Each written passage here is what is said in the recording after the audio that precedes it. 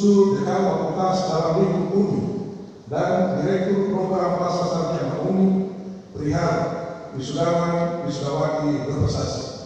Pesan selama kuliah di UNI yaitu suasana kebersamaan dan kesederhanaan di pesantren unggulan pada Lampung.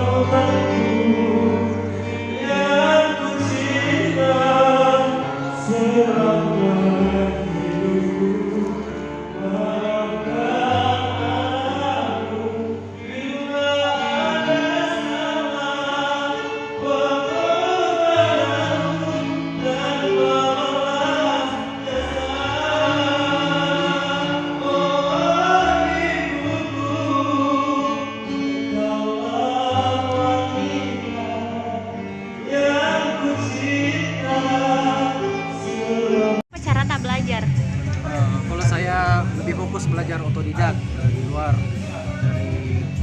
Selain cuma belajar, saya juga fokus mengembangkan pendidikan saya dengan mengembangkan dengan mengajar. Jadi saya terbiasa untuk mengembangkan prodi saya.